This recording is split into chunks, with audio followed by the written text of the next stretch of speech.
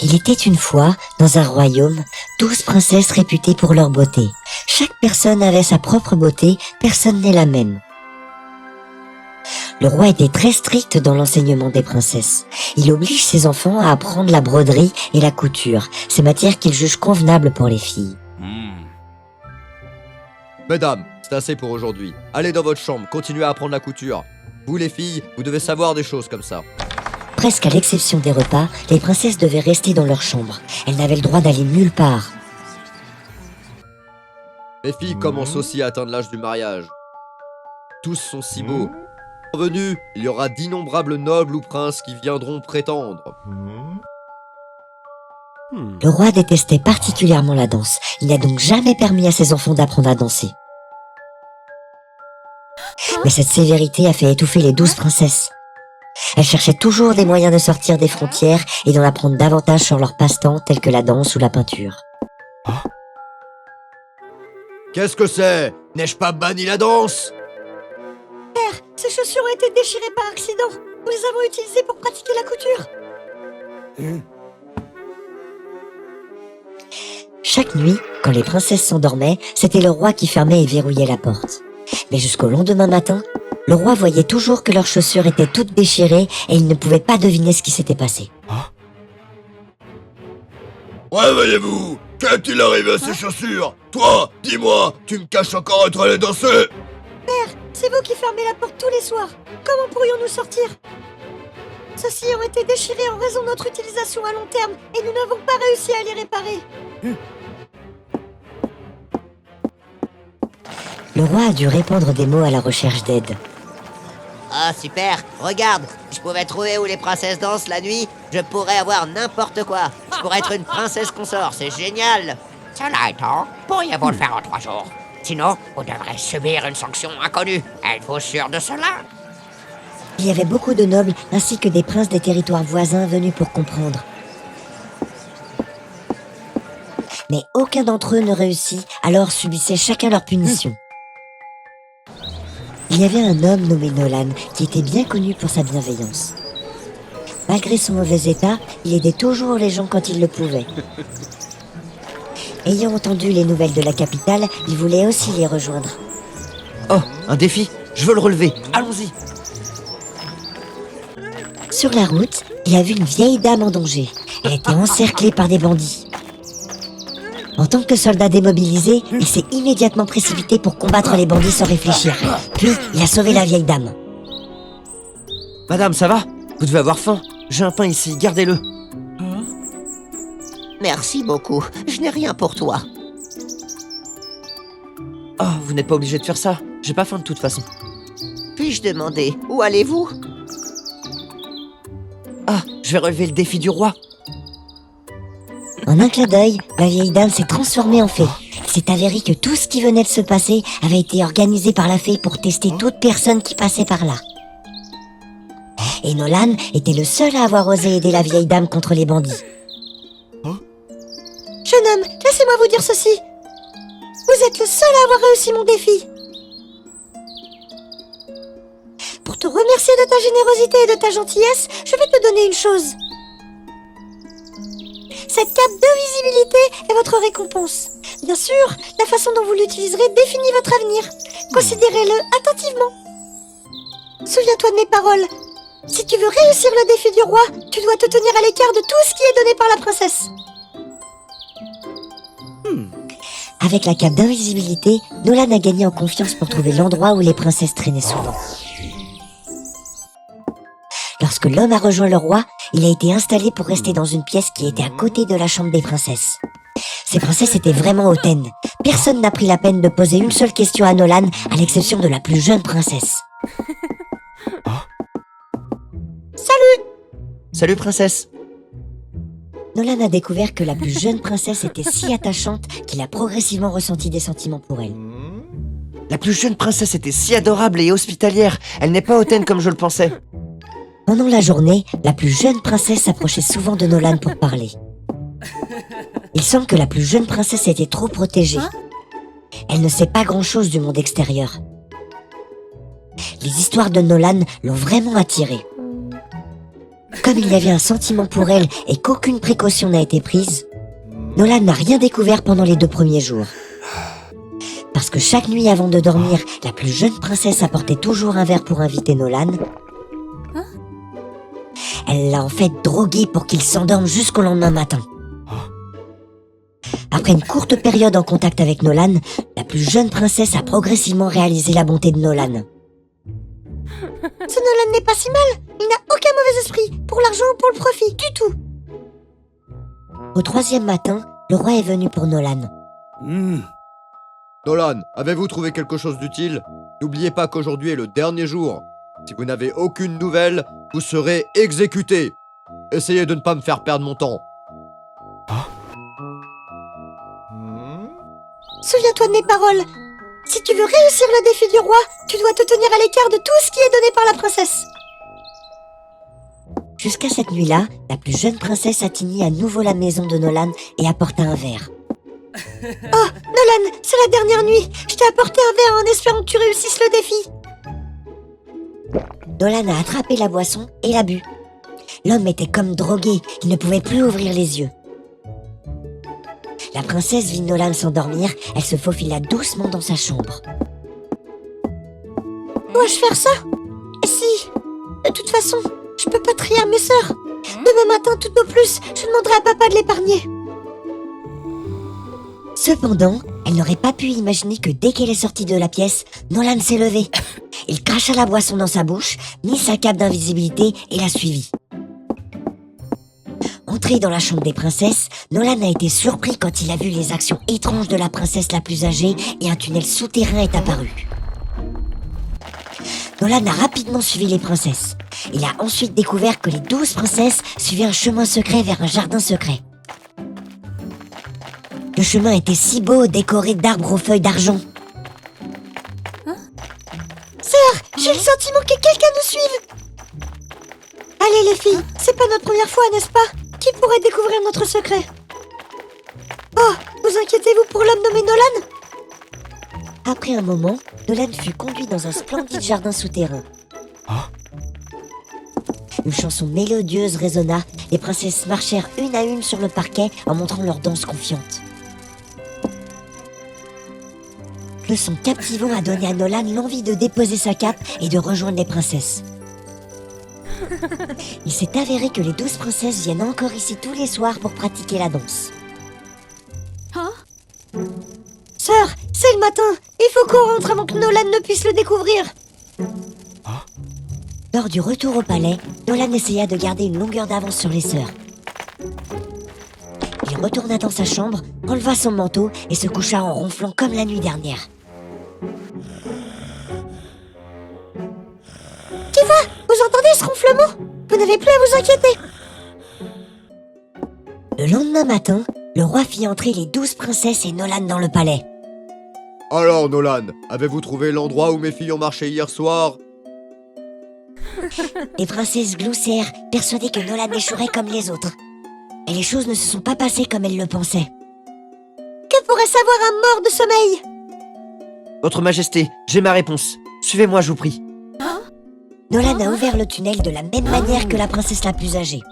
Il a conduit le roi le long du chemin bordé d'arbres à feuilles d'argent qu'il a arpenté hier soir dans le splendide jardin. Nos princesses ne devraient pas cacher ça pour toujours. Qu'y a-t-il de mal à poursuivre vos passions et vos rêves? À ce moment-là, les 12 princesses devaient l'admettre. Père, s'il te plaît, ne nous force pas à abandonner notre espace privé et nos passe-temps. Plus il y a d'interdits, plus on a envie d'en savoir plus sur le monde extérieur. Cet endroit est connu par la lettre que notre mère a laissée. Elle nous a laissé un chemin secret vers ce jardin.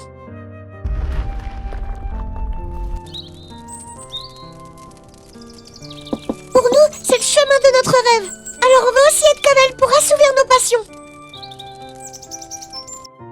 Après avoir écouté ses enfants, le roi s'est soudain rendu compte qu'il semblait avoir été trop strict, mettant ses enfants mal à l'aise. L'origine de tout vient du départ de la reine, mère des 12 princesses. Autrefois, le roi aimait beaucoup sa reine. Il l'a toujours soutenue dans tout, y compris sa passion pour la danse. Cependant, alors qu'il traînait sur une montagne, à cause d'une négligence de la danse, la reine a malencontreusement glissé et est tombée du bord. Depuis lors, le roi détestait particulièrement danser. Même dans la plus grande fête du royaume, la danse était aussi bannie. Le roi avait changé d'avis. Il laissait les dames sortir, faire ce qu'elles voulaient et faire connaissance avec les gens pour qui elles se sentaient convenables. Le roi a tenu sa promesse. Nolan a été promu comte et sa demande était d'être autorisé à sortir avec la plus jeune princesse. La plus jeune princesse avait aussi des sentiments pour Nolan. Donc, il ne fallut pas longtemps avant qu'il ne tombe amoureux. La cérémonie de mariage a eu lieu dans le palais royal. Les deux ont vécu heureux pour toujours. Maintenant, tu n'es plus qu'un mortel. Il n'y a pas de meilleure occasion pour moi de me débarrasser de toi. Quoi ? Notre héros Hercule a dû se rendre au dieu maléfique Hadès ? Attendez une seconde. N'est-ce pas la pomme d'or ? Comment Hercule l'a-t-il obtenue ? Découvrons-le maintenant avec les contes de fées de la Woa. Après avoir relevé le défi et obtenu l'amour, Méduse passait toujours son temps avec Hercule.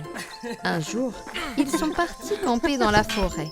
On parlait de tout et leur amour est devenu plus grand que jamais. Soudain, poche, une flèche est arrivée rapidement. Sans l'aide de Méduse, Hercule aurait été abattu sur le champ. Hercule, stupéfait, regardait la flèche collée à un arbre à proximité. L'étranger, après cet assassinat raté, avait rapidement disparu. Hercule était sur le point de le poursuivre lorsque Méduse l'arrêta. Elle tomba soudainement devant Hercule, ce qui le fit sursauter. Il s'avéra que la flèche avait touché sa joue et laissé une petite égratignure. Méduse était empoisonnée. Le poison s'était rapidement répandu dans tout son corps. Hadès, tu es le maître des enfers. Peux-tu me dire ce qui lui arrive ? Soudain, une fumée sombre s'éleva et Hadès apparut. Je ne m'attendais pas à ce qu'Hercule le héros m'appelle un jour. Hadès, maître des enfers, viens ici s'il te plaît. Attends, il y a quelque chose qui ne va pas ici. Le destin de Médusa n'est pas d'aujourd'hui, mais son nom apparaît peu à peu sur le poneglyphe de la vie et de la mort. C'est la première fois que je vois ce poison. Il est assez spécial. Maintenant, si tu veux sauver Médusa, il n'y a qu'un seul moyen, la pomme d'or. La pomme d'or ? Sur le pic des Hespérides, qui est gardé par les Cyclopes, enfants de la terre. Il y a un arbre qui produit des pommes d'or. Il te suffit d'apporter ici une pomme d'or. Je sais comment l'utiliser. Qu'est-ce que tu attends ? Si tu ne pars pas maintenant, cesse de rêver de la ramener. Elle rentrera à la maison saine et sauve. Pégase, viens ici.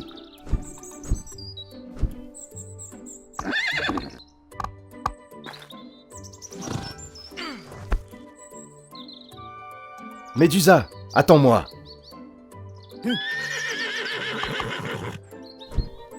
Hercule et Pégase traversèrent l'océan et ils aperçurent enfin la belle île des Hespérides à travers le brouillard. Après avoir atterri, Hercule vit une colline verte se détacher parmi les récifs rocheux. Au sommet se trouvait un arbre géant avec des pommes d'or. Et debout, à côté de cet arbre, se trouvaient 2 cyclopes. Hercule avait conscience que cela pouvait mettre en danger son partenaire. Il laissa Pégase dans une prairie et commença à s'approcher de l'arbre. Quand Hercule atteignit le sommet, il entendit les 2 cyclopes se disputer farouchement. La chose la plus importante dans ce monde est l'intelligence. Non, ce doit être la force. L'intelligence. La force.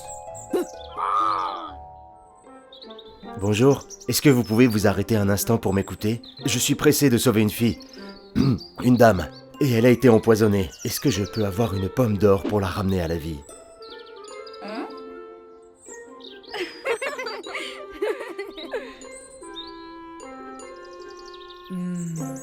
La pomme d'or est très précieuse. Tu ne peux pas l'avoir facilement. Si tu peux battre notre intelligence et notre force, tu recevras la pomme comme récompense. nous allons faire un concours d'intelligence. Je te pose une question, tu réponds et on échange. Si tu y parviens, tu gagnes. C'est parti. Tu crois que tu peux battre 2 d'entre nous? Si je l'ai, je ne le partage pas. Si je le partage, je ne l'ai pas. Qu'est-ce que c'est? C'est un secret. Ne me dites pas que c'est faux. C'était bien cela. La réponse avait fusé instantanément, à la plus grande surprise des cyclopes. Maintenant, répondons à ma question. Elle est simple. Quel est le moyen le plus rapide de passer un énorme rocher qui bloque votre route? Je pensais que cela devait être difficile. Il suffit de faire un tunnel à travers le rocher. Nous aurons alors un raccourci qui pourra être utilisé pendant longtemps. Une bonne idée, mais ce n'est pas le chemin le plus rapide. Je choisis d'utiliser mon pouvoir pour déplacer le rocher sur le côté. Il ne pourrait pas y avoir de moyen plus rapide. Surpris par une réponse aussi simple, la géante bleue ne put dire un mot. Je savais bien que l'intelligence ne marcherait pas. À mon tour. Alors, quel est ton défi? La force. Nous allons nous battre jusqu'à ce que tu abandonnes. Ou moi, mais ça je n'y ai jamais pensé. D'accord, je suis d'accord. Alors la géante s'approcha du jeune homme, mais elle tomba, sans raison. Et ça alors, est-ce suffisant? N'ayant pas attendu qu'Hercule termine sa phrase, elle se leva immédiatement. Sous ses pieds, un courant d'énergie provenant de la terre entra dans son corps. Elle était devenue plus forte. Continue! Sur le pic des Hespérides, qui est gardé par les Cyclopes, enfants de la Terre, il y a un arbre qui produit des pommes d'or. Ainsi, il s'avère que ce géant a acquis son pouvoir de la terre. Je dois juste l'empêcher d'atteindre le sol. La géante continuait à s'en prendre violemment à son adversaire. Cette fois, elle devenait de plus en plus forte et mettait Hercule en difficulté. Alors, tu en as assez? Juste un peu plus. Alors le héros utilisa toute sa force pour frapper les pieds du géant qui le projeta dans les airs. Mais cette fois, Hercule agit rapidement pour l'empêcher de toucher le sol. La géante ne pouvait plus tirer sa puissance de la terre. Elle rétrécit progressivement et perdit sa puissance. Ah, tu me ressembles maintenant. Que dirais-tu d'un petit baiser au sol et voir ce qui va se passer? Si je touche le sol avec ce corps, je vais mourir. Je me rends. C'est ainsi qu'Hercule vint à bout des 2 cyclopes, les gardiens du pommier d'or. Incroyable, mais tu as gagné. Voici ta récompense. L'une représente la sagesse, l'autre la force. Tu en mérites 2. Merci beaucoup. Mais après cela, vous verrez peut-être que si vous saviez combiner la sagesse et la force, je n'aurais aucune chance de gagner. La sagesse et la force sont nécessaires et elles doivent aller ensemble. Pégase, viens ici. À son retour, Hadès était heureux de voir qu'Hercule avait apporté la pomme d'or. Où est la pomme? Que faisons-nous maintenant? Tu dois d'abord sucer le sang empoisonné, puis lui faire manger la pomme. Cela fonctionnera immédiatement. Hercule s'approcha de Méduse, qui gisait inconsciemment sur le lit. Il ne put s'empêcher de verser des larmes. Peux-tu le faire ou laisse-moi le faire? Hercule se tenait à côté de Méduse, essayant d'aspirer tout le poison de la blessure. Lorsqu'il eut terminé, Méduse ne s'était pas encore réveillée. Il dut presser la pomme et faire tomber le jus dans sa bouche. Et grâce au jus magique, Méduse se rétablit totalement. Mais progressivement, le poison qu'Hercule avait aspiré de la blessure de Méduse commença à l'affecter. Il perdit sa force sacrée et son corps s'affaiblit. En voyant Hercule tomber, Hadès fut très satisfait. Il semblait que c'était son plan. Laisse-moi te dire ceci. Ce chasseur a été engagé par moi pour faire l'assassinat dont la cible est toi. Mais elle t'a sauvé la vie.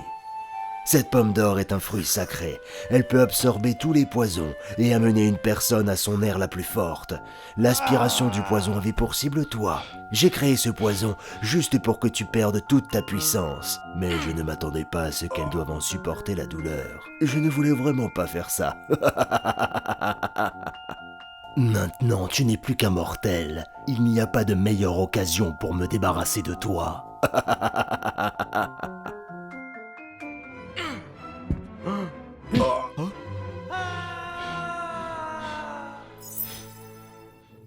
N'essaye plus jamais de faire des choses maléfiques sur moi et ma bien-aimée. Je doutais que quelque chose n'allait pas. Il ne pouvait pas m'aider facilement comme ça. C'est une chance que j'ai 2 pommes. Merci aux sœurs Cyclope. Hercule. La faible voix de Méduse réveilla l'âme d'Hercule et lui apporta le réconfort qu'elle avait toujours désiré. Une fois de plus, notre héros Hercule a montré sa puissance et sa sagesse dans la lutte contre le mal, le seigneur des enfers, Hadès. Le pays de Tyrinthe en Grèce était prospère et animé, mais il est soudainement tombé dans l'inquiétude et la panique. Récemment, ce pays a vu de plus en plus de belles jeunes filles disparaître.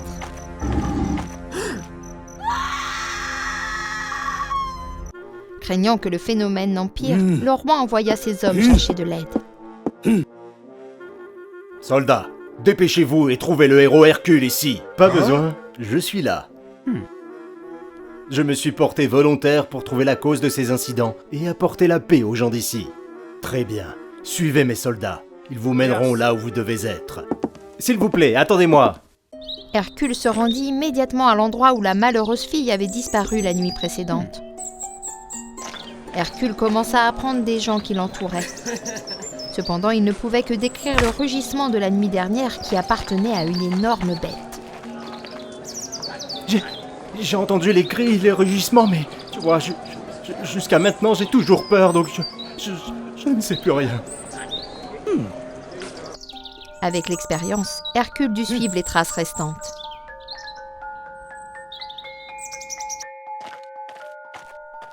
Les signes de la bête le conduisirent progressivement vers la terre de Némée.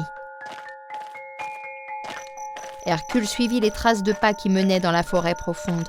Les traces le conduisirent à une grotte. Il entra alors dans la grotte. Au fond de lui, le jeune homme ne pouvait pas croire ce qu'il voyait. Des gens vivent ici? C'est bizarre. Qui êtes-vous? Pourquoi cette fille est-elle enfermée? Où est la bête qui l'a amenée ici? Le monstre. Oui, c'est ce monstre.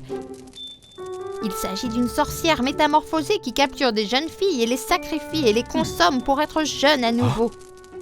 Nous ne sommes que des victimes. Ce monstre lion est très grand. Tout le monde a peur de se défendre. Tu es la première personne qui a osé suivre le monstre pour trouver les victimes. S'il te plaît, sauve-nous. Hercule fut surpris. Il abaissa son épée. Juste à temps, le monstre lion apparut juste derrière l'homme. Sans un mot, l'homme et le monstre entrèrent dans un combat. Hercule ne pouvait pas pénétrer la peau du lion avec son épée. Il la lâcha instantanément sans douter, se précipita pour retenir le monstre en essayant de ne pas le laisser se lever. Soudain, Hercule découvrit qu'au cou du monstre se trouvait un pieu avec le même motif que le bracelet que portait l'autre fille. Hercule essaya de retirer le pieu du monstre et le jeta au loin. Il semblait que la source d'énergie avait été retirée. Le monstre perdit soudainement toute sa force et s'effondra. Une belle jeune fille s'efforçait de ramper sous la peau aplatie de l'animal. Après s'être échappée de la peau du monstre, la jeune fille semblait n'avoir aucune idée de ce qui se passait. « Attention, derrière vous !» Mais il était trop tard. Hercule sentit une terrible douleur dans son dos. Il s'avéra que la fille au bracelet avait ramassé le pieu qu'Hercule avait jeté et l'avait silencieusement planté dans son dos. Ce pieu bizarre lui avait fait perdre toutes ses forces. Avec la douleur qui traversait tout son corps, il était tombé sur le sol.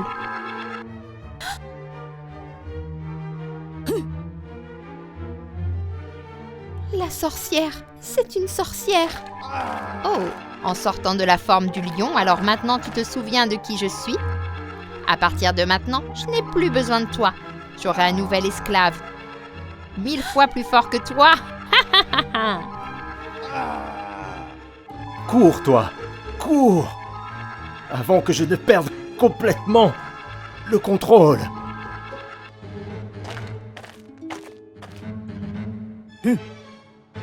Oh mon garçon, peu importe à quel point tu essaies, ça ne servira à rien. Voyons voir en quel genre de monstre puissant je vais te transformer. Alors que la sorcière profitait encore de son succès, Hercule réalisa une chose étrange. Est-ce que ça pourrait être... Non, ce n'est pas une coïncidence. Qui êtes-vous? Comment pouvez-vous résister à mon pouvoir? Je suis... Hercule!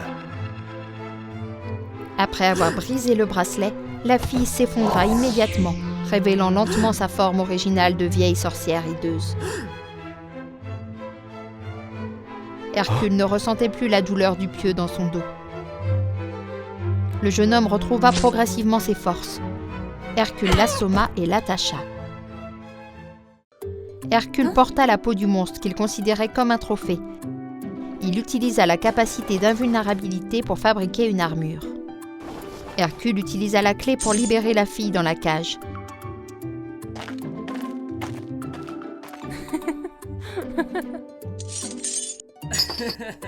Puis l'homme fort porta la sorcière sur son épaule et retourna à Tyrinthe avec la fille aux cheveux roux. Après qu'Hercule ait remis au roi la sorcière, la cause de tous ces enlèvements, la sorcière fut punie pour ses actes maléfiques.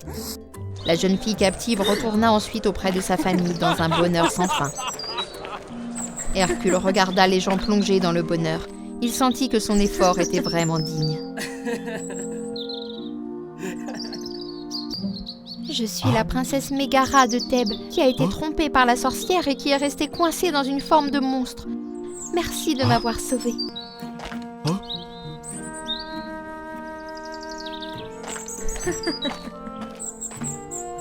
Oh là là, peut-être qu'Hercule avait fait une erreur. Ou pas, je ne sais pas encore. Pourquoi ne pas attendre la prochaine vidéo et voir ce qui va se passer? Il était une fois, dans un village, un jeune homme courageux du nom de Tokius. Son père était un homme d'affaires prospère, mais Tokius ne voulait pas reprendre l'affaire familiale. De nature curieuse, Tokius avait un don pour la cuisine.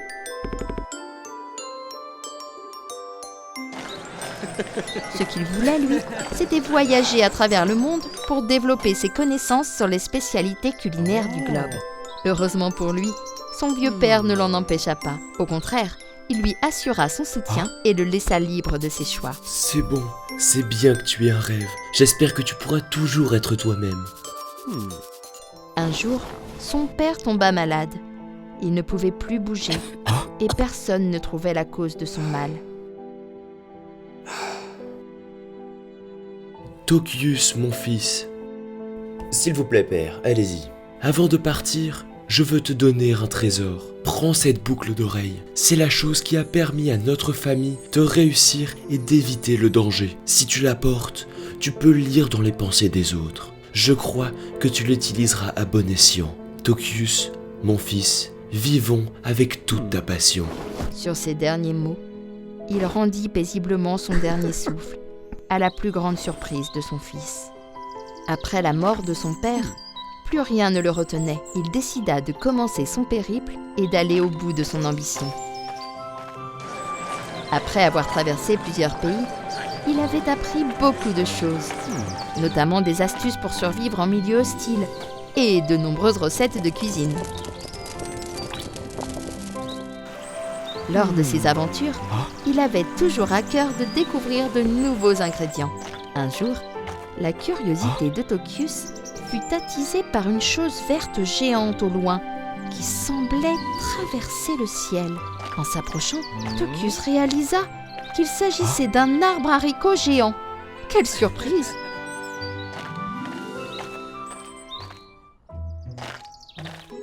Bonjour, je peux te demander quelque chose? Oui, bonjour. De quoi as-tu besoin? Cet arbre a l'air incroyable. Savez-vous quelque chose sur son origine? Ah, l'arbre haricot. Il est apparu il y a bien longtemps. Il a été coupé une fois, mais il a repoussé et a continué à percer les nuages. Je me demande ce qu'il y a là-haut. Un enfant a dit qu'il y avait un château géant, mais personne n'a osé y grimper pour le prouver. Vraiment? Vous faites confiance aux paroles d'un enfant? Un château sur les nuages? Le villageois poursuivit alors son chemin. Ce genre d'arbre magique doit avoir beaucoup de fruits magiques à son sommet. Je dois essayer. Tokius se rendit au pied du haricot et admira sa magnificence. Il décida en un instant qu'il devait y grimper. La montée fut épuisante, mais Tokius finit par dépasser les nuages et atteindre le sommet.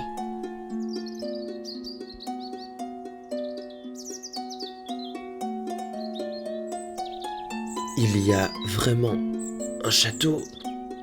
Wow! Après s'être reposé un instant, il continua sa route en direction du château. En apercevant son étrange architecture, il observa ce qui l'entourait. Il semble que tout ici soit anormalement énorme. Soudainement, Tokius eut l'impression de voler.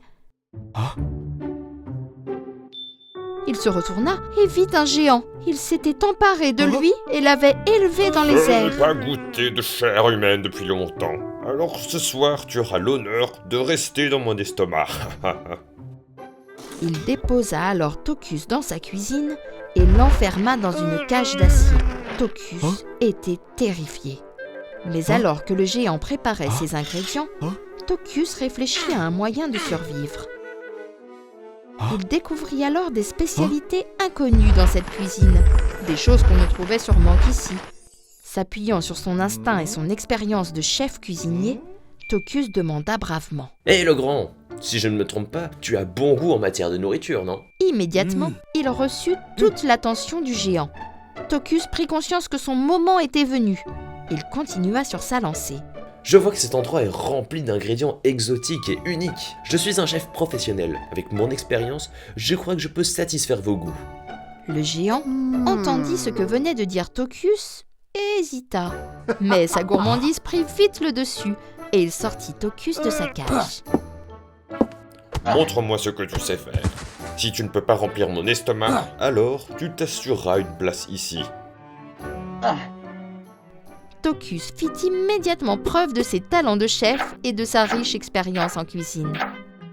La cuisine est mon point fort. La table une fois remplie de mets délicieux, Tokius gagna la confiance du géant. Il se laissa facilement tenter par toutes ses friandises. Il en prenait à pleine poignée, les glissait dans sa bouche et mâchait bruyamment. Le géant arriva vite au bout du banquet, ne laissant qu'un tas d'assiettes vides. Tu as beaucoup de talent. Maintenant, tu dois rester ici pour toujours pour cuisiner pour moi. Si tu n'es pas d'accord, il y a une autre option. Tu deviendras mon repas. Tokius accepta bien sûr, et le géant l'installa dans la chambre à côté de la sienne. Plus tard, cette nuit-là, Tokius se glissa hors de la chambre pour chercher un moyen de s'échapper. Il découvrit alors une pièce secrète au sous-sol.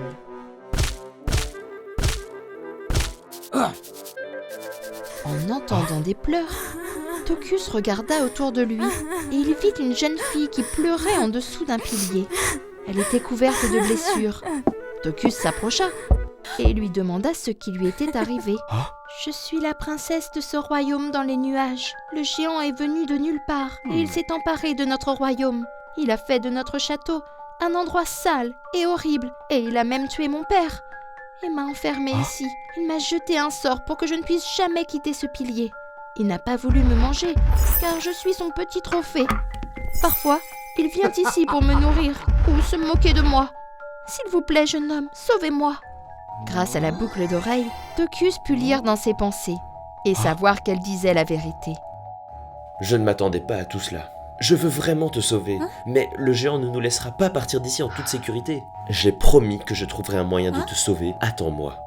Le lendemain, le géant devait s'absenter pour aller chercher de nouveaux ingrédients. Il ne serait pas de retour avant la nuit. Tokius lui avait préparé à nouveau un magnifique banquet. Il était facile de voir que le géant appréciait, car il se jeta dessus immédiatement. Avec la boucle d'oreille, Tokius pouvait entendre les pensées du géant. La nuit dernière, j'ai entendu des bruits à l'extérieur de l'échelle qui mène au sous-sol. Peut-être que ce rat a rencontré la princesse. Alors, je lui ferai mon petit déjeuner demain. Quoi qu'il en soit, ce soir, j'ai ce festin, et ceux-ci ne peuvent pas être gaspillés. Je ne suis même pas inquiet qu'il puisse me battre, car il ne peut pas savoir que mon pouvoir vient des cheveux. Cette mèche de cheveux colorés m'a donné ce corps géant et un pouvoir invincible. Je suis le meilleur. Mais ce qu'il ne savait pas, c'est que Tokius connaissait maintenant son secret, et aussi que ce dernier avait rajouté un ingrédient spécial au menu, un de ceux qui plongent dans un profond sommeil. À minuit, Tokius pénétra dans la chambre du géant.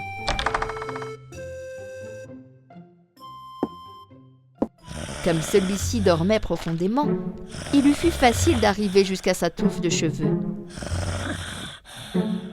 Tokius comprit tout de suite où résidait son pouvoir. Il tira de toutes ses forces pour arracher le brin doré. Le géant perdit immédiatement son pouvoir. Son corps se mit à rétrécir et il ne resta de lui qu'un petit homme chétif.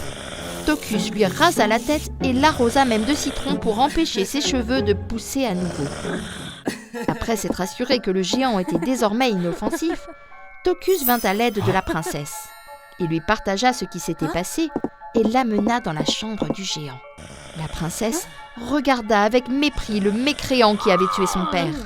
Il n'était plus si effrayant désormais. Elle le gifla. Sonné par le coup, le géant se réveilla. Désespéré de découvrir que son pouvoir avait disparu et que ses cheveux ne pourraient plus repousser, il se jeta par la fenêtre et mit ainsi fin à ses jours. C'est alors que le sort du géant fut levé. Le château retrouva sa splendeur d'antan et résonna à nouveau des rires de tous ceux qui avaient disparu. Tokius épousa la princesse. Il devint le nouveau roi du royaume dans les nuages et commença une toute nouvelle vie. Il était une fois un prince qui surmonta le défi d'un roi en montant sur une haute tour pour sauver une princesse piégée au sommet de celle-ci. On l'appelle la princesse maudite. Mais pourquoi l'appelle-t-on ainsi ? Rejoins-nous pour découvrir cette histoire. Princesse, pourquoi t'es-tu enfermée en haut de cette tour ? Prince, merci de m'avoir sauvée. Tout d'abord, laissez-moi vous expliquer la raison pour laquelle je suis enfermée dans cet endroit. Mon père est le roi de ce royaume, mais... Le roi et la reine ne pouvaient pas avoir d'enfants, et ils ignoraient bien pourquoi.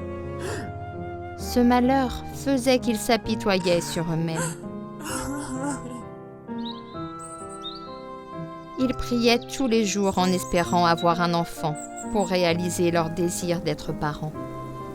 En réalisant que leur prière était sincère, la déesse du destin apparut un jour dans le rêve du roi pour annoncer « Je sais ce qu'il y a au plus profond de votre cœur. Je vais briser les règles et vous faire un cadeau. »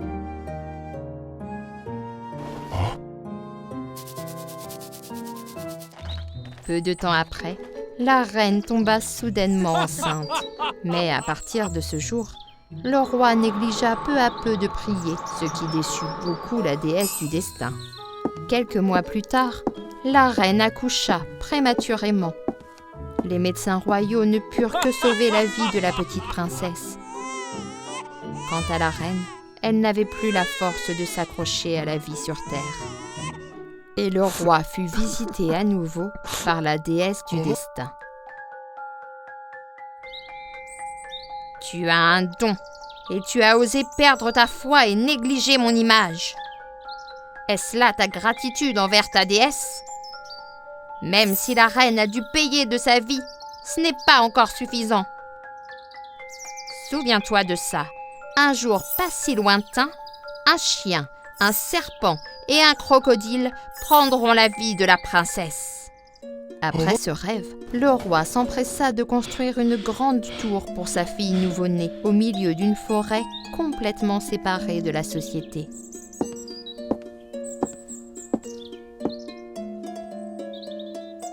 18 ans passèrent et la jolie princesse devint une belle jeune femme. Elle devenait de plus en plus belle, mais elle portait toujours sur son visage une image solitaire et mélancolique. Elle se sent de plus en plus seule dans cet endroit. Je devrais peut-être trouver quelqu'un de fiable et d'assez fort pour la protéger à l'avenir.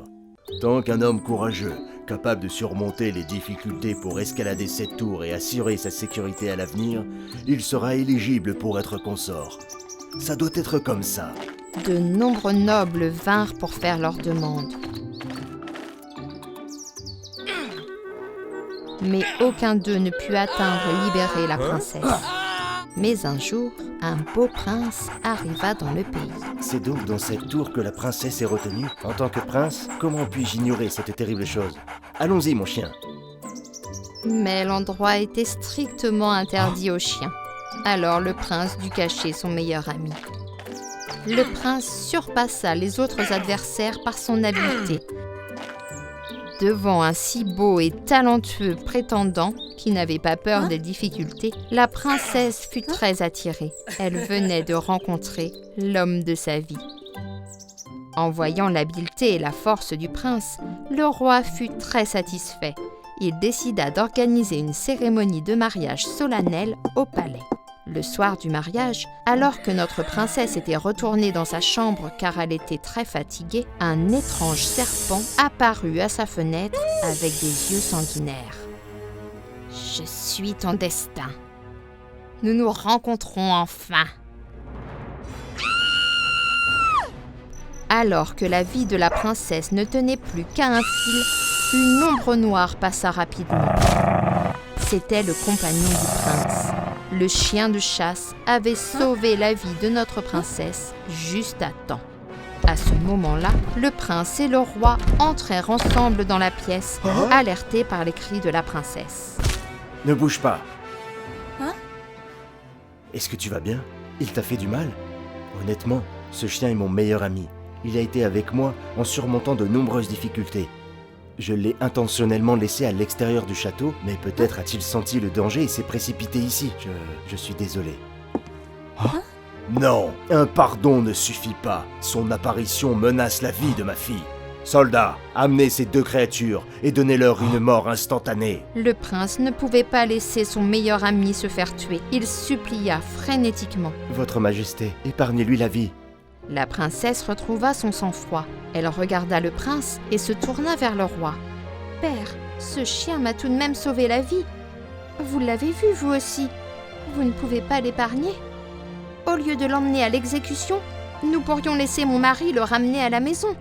Nous n'aurions plus à nous inquiéter. » D'accord, considérez cela comme une expiation. Fais ce que tu dis, le plus tôt sera le mieux. Merci beaucoup. Je ne l'oublierai jamais. Nous allons nous préparer à partir tôt demain matin. Tôt le lendemain matin, sur le chemin du retour vers leur ville natale avec le prince, le chien de chasse se retourna soudainement bizarrement. On aurait dit que le serpent maléfique apparaissait sur le chien d'une manière ou d'une autre. Hé, garçon, qu'est-ce qui se passe?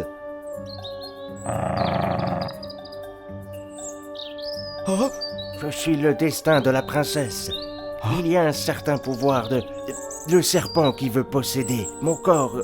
Il veut que je devienne plus assoiffé de sang que jamais.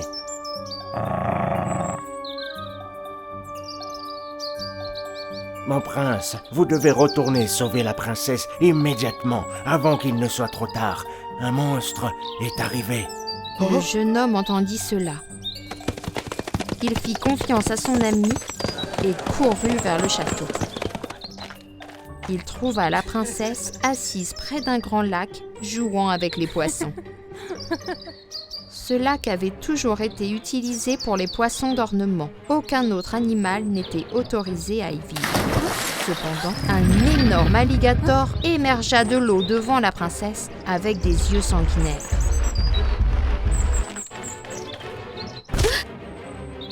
Mais avant que le monstre n'apparaisse, le prince avait déjà courageusement mené ses soldats et s'était précipité au combat pour protéger sa femme. Cependant, la force de l'alligator dépassait de loin celle des humains. Un par un, chaque soldat fut abattu. Lorsque le monstre s'approcha de notre princesse avec un regard féroce, elle eut trop peur pour penser à s'enfuir. Je suis ton destin. Finissons-en. Ne pensant à rien, elle décida de lâcher prise, acceptant son destin. Tout le monde ferma les yeux. Il ne voulait pas voir le bain de sang qui allait se produire.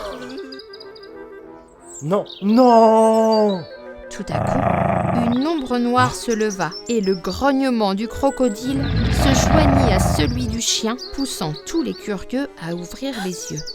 Il s'avéra que le chien que le roi avait ordonné d'expulser était revenu pour sauver la princesse, une fois de plus. À la fin de la bataille, le chien avait héroïquement vaincu le crocodile féroce pour sauver la vie de la princesse. Mais il ne pouvait plus bouger. La princesse ne pouvait que regarder son homme hurler de douleur. Soudain, une femme apparut dans les airs. C'était la déesse du destin. Princesse, son destin funeste a incroyablement disparu. C'est un miracle, mais celui qui a changé ton destin, c'était toi. Ce chien de chasse, ainsi que les 2 autres bêtes, ont reçu le pouvoir et l'ordre de détruire votre vie. Mais le chien a été touché que vous ayez tout fait pour sauver sa vie. Il a alors résisté à l'ordre divin et a sacrifié sa propre vie pour vous sauver, une fois de plus. Cela n'est absolument jamais arrivé dans l'histoire, mais rien n'est impossible. Je vais te donner un petit cadeau en guise de récompense. La récompense de la déesse fut de ramener le brave chien à la vie. Et bien sûr, plus aucun œil rouge ni aucun sort ne vint plus jamais troubler notre princesse. Le loup-garou est une créature légendaire dotée de sens aiguisés et d'une force extraordinaire. Vous êtes-vous déjà demandé quelle était son origine? Apprenons la légende des loups-garous avec Woa Fairy Tales dans l'histoire d'aujourd'hui. Dans un certain village, vivait un chasseur talentueux nommé Zach. Zach avait un ami proche nommé Lycan. Bien que sa famille soit riche, il était très avare. Ils tombèrent tous deux amoureux d'une fille nommée Jen. Les 2 hommes promirent de se battre loyalement et de bénir celui qui gagnerait l'amour de la fille. Ne brise pas ta promesse. Bien sûr. Zach était pauvre, mais honnête et travailleur, tandis que Lycan était riche, mais vraiment méchant. Il n'était pas difficile alors pour Jen de choisir Zach comme futur partenaire de vie. En apprenant que Jen avait choisi Zach, il n'accepta pas sa défaite et élabora un plan. Il se glissa dans la forêt pour trouver la maison de la sorcière blanche, qui était célèbre pour ses potions étranges et sa volonté d'aider les plus démunis. Madame, récemment les chèvres de ma famille ont été mangées par les loups. J'ai besoin de quelque chose qui puisse les attirer pour les attraper. Si cela continue, j'ai peur qu'elles ne fassent pas long feu. Aidez-nous, s'il vous plaît. La sorcière entendit cela, réfléchit un moment, puis donna à Lycan un petit pot. Prends cette jarre, enterre-la dans le sol et ouvre le couvercle. Le liquide qu'elle contient attirera les loups. Souviens-toi, fais attention en l'utilisant. Si tu touches le liquide, il se transformera en monstre. Merci beaucoup. Lycan reçut le pot et le ramena chez lui avec un sourire sinistre. Sachant que Jen allait rencontrer son petit ami la nuit de la pleine lune, Lycan enterra secrètement le bocal devant la maison de Zach, ouvrit le couvercle pour laisser l'odeur s'envoler. Cette nuit de pleine lune, Zach rencontra Jen, mais avant qu'il ne puisse entamer la conversation, une meute de loups apparut. Zach voulut s'échapper avec Jen, mais les loups étaient trop nombreux. Il ne put qu'utiliser son corps pour leur bloquer le chemin et lui permettre d'aller chercher de l'aide. Peu de temps après, Lycan revint avec des personnes pour l'aider, conformément à son plan pour sauver la belle. Mais quand il arriva, il découvrit que Zach avait déjà vaincu la moitié des loups sauvages. Mais Jen, elle, n'était nulle part. Pensant que la jeune fille avait été mangée par les loups, Lycan s'énerva.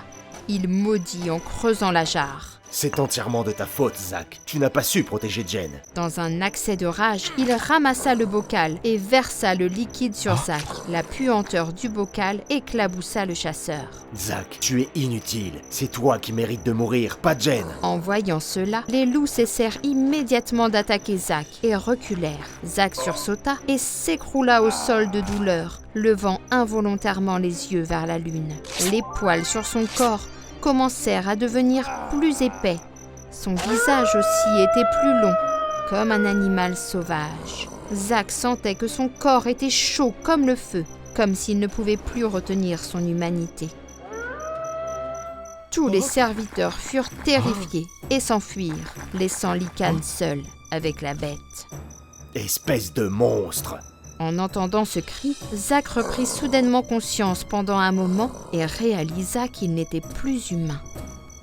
Qu'est-ce qui se passe? Lycan, que... Mais la soif de sang recommença à monter dans l'esprit de Zach. Va-t'en, monstre! Ne t'approche pas de moi! À ce moment, Jen revint avec les jeunes hommes du village.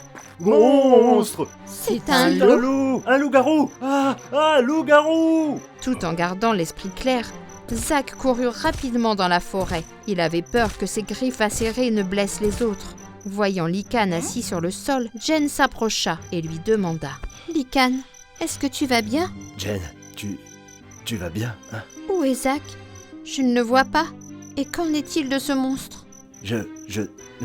Oh, c'est vrai, ce monstre. Ce monstre vient d'apparaître et a mangé Zach. Ce monstre? Comment ça? Il l'est vraiment, crois-moi. Ce n'est pas possible.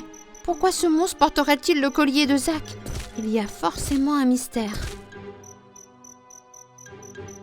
Avec cette idée en tête, Jen courut immédiatement trouver la personne la plus compétente dans ce domaine, la sorcière blanche. Pourquoi quelqu'un vient-il me chercher si tard? C'est étrange. Madame, il vient de se passer quelque chose de terrible. Nous devrions discuter à l'intérieur. Lycan avait suivi Jen, mais il ne pouvait que se tenir devant la fenêtre pour écouter. Calme-toi et dis-moi ce qui se passe. Madame, ce soir c'est la pleine lune. J'ai rendez-vous avec Zach, mais une meute de loups est soudainement apparue et nous a attaqués. C'est très étrange. Encore un loup, ça pourrait être... Zach est resté pour combattre les loups pendant que je suis allée chercher de l'aide. Mais quand je suis revenue, Zach n'était plus là. Il y avait un monstre à la place. Un monstre? À quoi ressemble-t-il?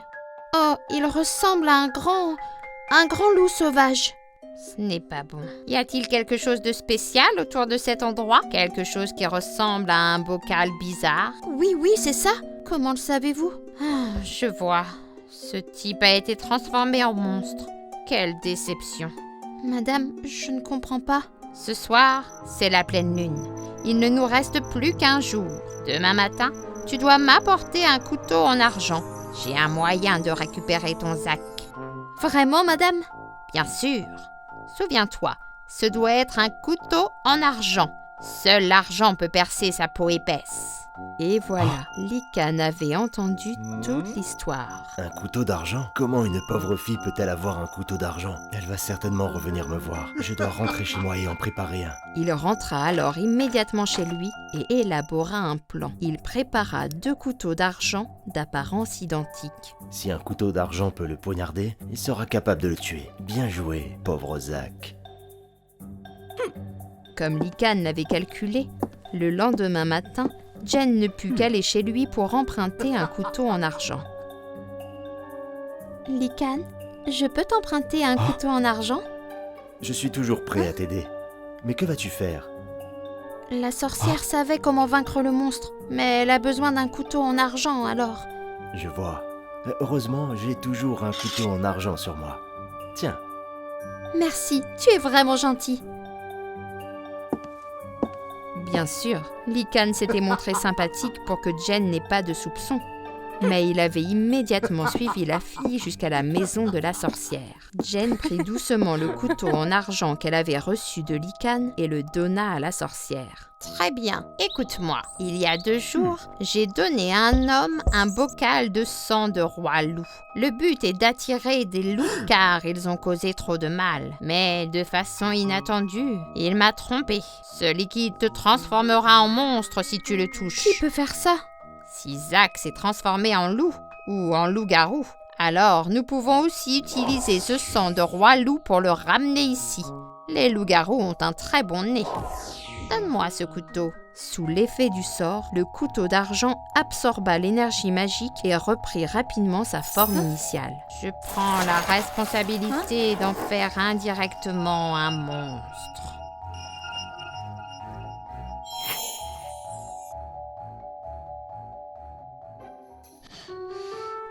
Poignarde le cœur du loup avec ce couteau d'argent et ça le tuera. Mais avec ma magie, il se transformera en humain.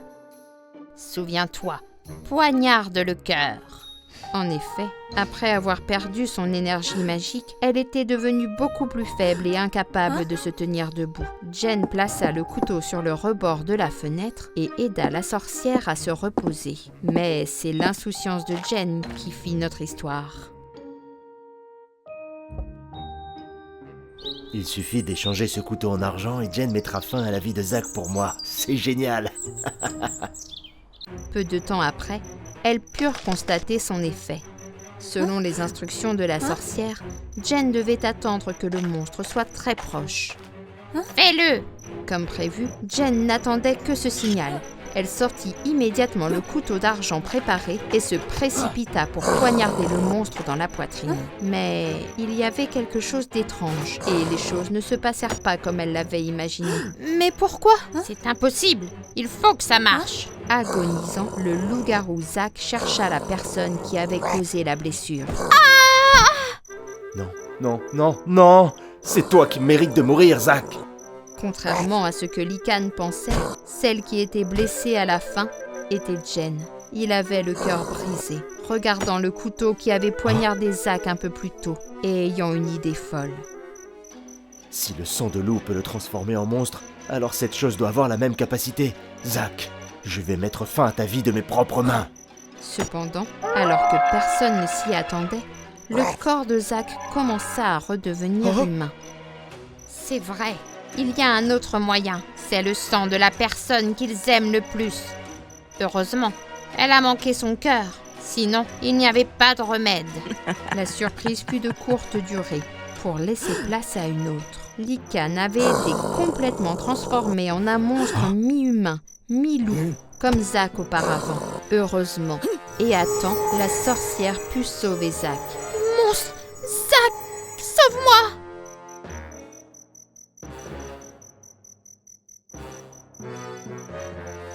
Monstre, prends ça! La blessure que la sorcière avait causée, bien qu'elle ait guéri très rapidement, était encore assez douloureuse. Face à cette grande menace, Lycane abandonna tout temporairement et se précipita dans la sombre forêt. Depuis lors, la légende des loups-garous a émergé. Certaines personnes disent avoir vu la forme d'un être mi-homme, mi-loup apparaître dans la forêt. Certains disent aussi que les nuits de pleine lune, les hurlements des loups résonnent dans toute la forêt, faisant trembler de peur tous ceux qui les entendent.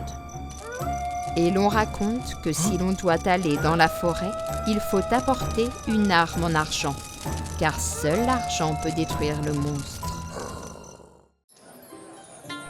Au royaume de Rodine, riche et prospère, le jeune roi Lucas venait d'accéder au trône. Mais il ne se souciait de rien, sauf de son hobby, le jeu. En fait, il n'était pas doué, mais il aimait vraiment ça. Votre Majesté, notre peuple est en difficulté ces derniers temps. La famine sévit partout. S'il vous plaît, ordonnez la distribution du réservoir de nourriture d'aide. Tais-toi, j'ai un jeu difficile ici. Super, j'ai gagné, enfin. Bon, puisque je suis de bonne humeur, j'accepte d'ouvrir le réservoir de nourriture. Même les situations émergentes comme celle-ci ont été créées par les jeux de Lucas. Peu après, le pays a sombré dans la corruption. Le peuple était très pauvre et misérable. Ce pays a de gros problèmes. C'est parce que nous avons Lucas, un roi du jeu. À cette époque, il y avait un marchand nommé Ice. Il était célèbre pour ses jeux d'argent à gros enjeux. Beaucoup de gens voulaient se mesurer à Ice, mais ils ont tous échoué. Grâce à ses astuces habiles, Ice s'enrichissait de jour en jour et ses biens n'étaient guère inférieurs à ceux de la famille royale. Ayant entendu parler de la popularité de Ice, Lucas est venu le voir. Quel honneur pour moi d'accueillir votre majesté. J'ai entendu dire que tu es un très bon joueur. Je veux faire un jeu avec toi. Si tu gagnes, cet or sera à toi. Je pense que c'est très généreux de votre part, votre majesté. Comment pourrais-je me mesurer à vous? Si vous gagnez, vous pourrez prendre tout ce que vous voulez. Puis ils ont commencé le jeu. Le premier jour, Ice a intentionnellement perdu contre le roi. Lucas a continué à gagner et gagné beaucoup de primes. Il était ravi et ne faisait plus attention à rien d'autre. Ce Ice est tout à fait normal. Les rumeurs à son sujet ne sont pas vraies du tout. Le lendemain, Lucas est retourné chez Ice. Cette fois, Ice a fait une suggestion. Ice et Lucas jouaient. Votre majesté, j'ai pour hobby de collectionner les signatures des gens. Si j'ai la chance de gagner aujourd'hui, pourriez-vous me donner votre signature, s'il vous plaît? Puisque c'est la signature du roi, je pense qu'elle doit être très spéciale. D'accord, ce n'est pas grave. Commençons.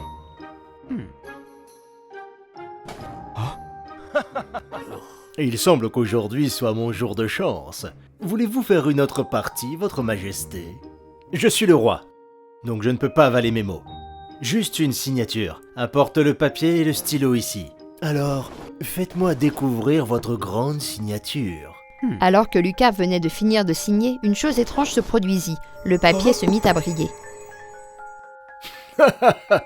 Savez-vous ce que vous venez de signer? C'est un contrat avec le diable. Celui qui signe ce contrat doit faire tout ce que je lui demande. Quoi? C'est tout dans ton plan? Oui, votre majesté. Maintenant, le trône sera à moi et vous deviendrez un mendiant et ne serez jamais autorisé à revenir ici. Dès que Ice eut fini de parler, un tourbillon apparut et emporta Lucas. Ice était très satisfait. Quand Lucas se réveilla, il se vit dans une forêt, comme un mendiant. Je me souviens maintenant. C'était Ice et son contrat avec le diable. Je dois trouver le moyen de retourner dans mon royaume. En chemin, Lucas entendit ce que les gens disaient de lui, ce dont il n'avait pas conscience auparavant. Super! Le roi du jeu Lucas a abdiqué et Ice est devenu notre roi maintenant. Ils sont tous pareils. Ice est avide et autoritaire. Et Lucas est un joueur et ne fait pas attention au pays. C'est encore nous qui devons en supporter les conséquences. Quoi? Ice est monté sur le trône? Et aux yeux des gens, je ne suis qu'un roi du jeu. Il put voir aussi la tyrannie de Ice. Les troupes reçurent l'ordre d'opprimer le peuple et la taxe était vraiment lourde. Le royaume était chaotique, les cris des gens étaient partout. Tout est de ma faute. C'est parce que j'ai joué trop et j'ai perdu mon royaume aux mains d'un méchant.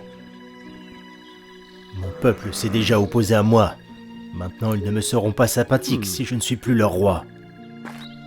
En marchant, Lucas vit une belle fille se faire intimider par une troupe. Si tu ne me donnes pas d'argent, je ne te laisserai pas partir. Mais je n'ai pas d'argent.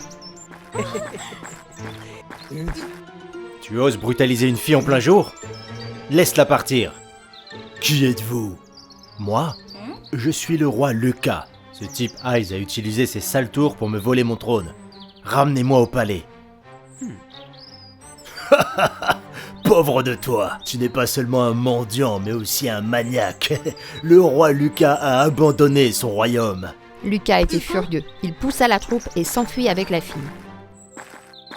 Je suis Abby. Merci de m'avoir sauvé. Qui es-tu et d'où viens-tu?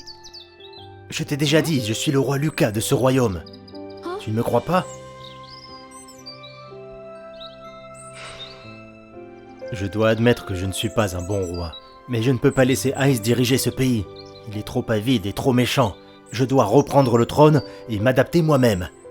As-tu des moyens de m'aider? Il s'avéra qu'Abby était une fée. Elle était au courant de la situation de Lucas et était venue le tester.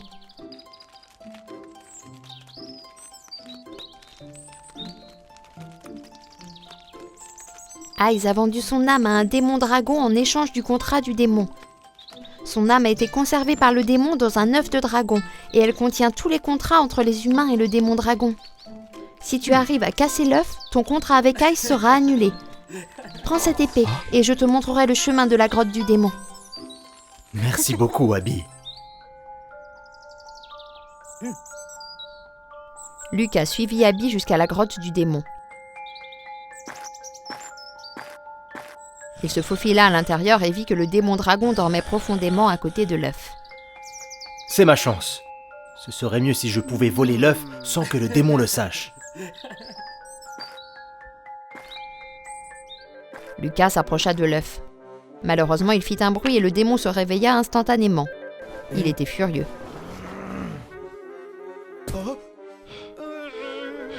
Qui êtes-vous? Tu es venu ici pour voler mon œuf, c'est ça? Comme c'est audacieux. Lucas essaya de rester calme. Il vit les cartes sur la table et pensa à une façon de répondre. Je suis Lucas, un joueur renommé. Je n'ai pas d'adversaire dans le monde des humains. J'ai entendu des rumeurs selon lesquelles vous êtes un maître du jeu. C'est pourquoi je veux me mesurer à vous. Je ne m'attendais pas à perturber votre sommeil. Mes excuses. Oh, vraiment? Je n'ai jamais perdu avant. Très bien. Juste au moment où je veux jouer.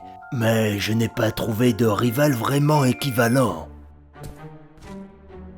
Si vous pouvez gagner un round, vous pouvez ramener n'importe quoi à la maison. Mais si vous perdez, vous perdrez 3 ans de longévité pour chaque tour. Que pensez-vous de ça? Est-ce juste? Le jeu est une question de chance. Je vais soit gagner, soit perdre. J'ai juste besoin de gagner un tour, et alors je pourrai ramener l'œuf à la maison. Je suis d'accord, commençons. Ils commencèrent le jeu. Une chose étrange était que le démon continuait à gagner. Pour chaque tour, Lucas perdait 5 ans de longévité au profit de l'œuf.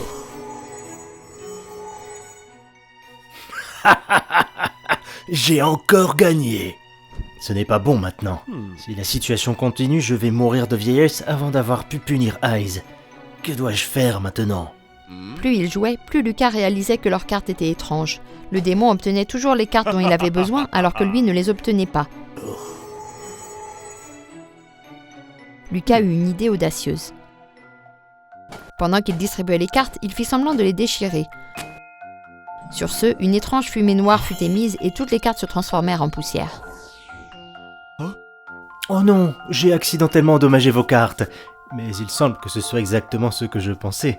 Ce sont les cartes démons. Elles peuvent vous aider à gagner tous les matchs. Tu as triché depuis le début. C'est parce que tu as décidé de jouer avec un démon. De toute façon, je ne veux plus jouer. Sors d'ici maintenant. Je suis Lucas, le roi de Rodin. C'est normal que tu voles mon âge, mais reprends les contrats que tu as donnés à Ice. C'est une méchante personne. Si je le laisse diriger le royaume, le peuple sera malheureux. Le dragon démoniaque eut une nouvelle idée. D'accord. Je peux rétracter les contrats avec Ice, mais à une condition. Qu'est-ce que c'est? Toi, Lucas, le roi, tu devras signer un nouveau contrat avec moi. Chaque personne de Rodin doit perdre 10 ans de longévité au profit de moi. Si tu ne signes pas, tout restera inchangé et tu devras partir d'ici immédiatement. Avec une signature, Lucas récupéra le trône immédiatement. Mais après un moment, il refusa. Je ne peux pas être impitoyable et égoïste comme ça. Je n'échangerai jamais la longévité de mon peuple pour le trône. Je peux encore aider le peuple sans être un roi. Je suis volontaire pour quitter le trône. Quand Lucas eut fini de dire cela, Abby apparut à côté de lui et surprit le démon. Très bien, Lucas. Tu as changé. Tu penses pour le peuple maintenant au lieu de réclamer ton trône. Démon dragon, rends tous les âges de Lucas que tu as triché pour avoir et rétracte les contrats que tu as donnés à Ice. Vous avez décidé de l'aider? Je n'ai pas peur de vous. Le démon était têtu. Il se défendit contre Abby et la bataille dura longtemps.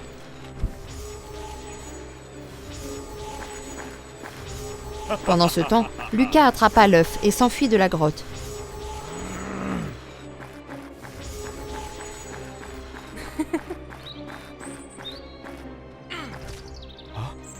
Il utilisa l'épée pour le briser et tous les contrats avec les humains furent supprimés, y compris ceux avec l'âge de Lucas et son contrat avec Ice. Le démon poursuivait furieusement Lucas, mais voyant que la lumière du soleil frappait directement, il dut abandonner. Ayant atteint son but, Lucas rendit l'épée à Abby et retourna dans son royaume. Le contrat avec Ice ayant perdu son effet, Lucas retourna au palais et ordonna immédiatement aux troupes de mettre Ice en prison. Le roi apporta de l'or et des trésors de la maison de Ice pour les donner au peuple et aider le pays à surmonter les situations difficiles. Depuis lors, le royaume de Rodin est redevenu paisible. Lucas a abandonné son hobby du jeu. Il s'est concentré sur le travail de la nation et a tenu sa promesse de changer. Tout le monde était heureux et complimentait le jeune roi, et on ne l'appelait plus le roi du jeu. Vive le roi! Hurrah!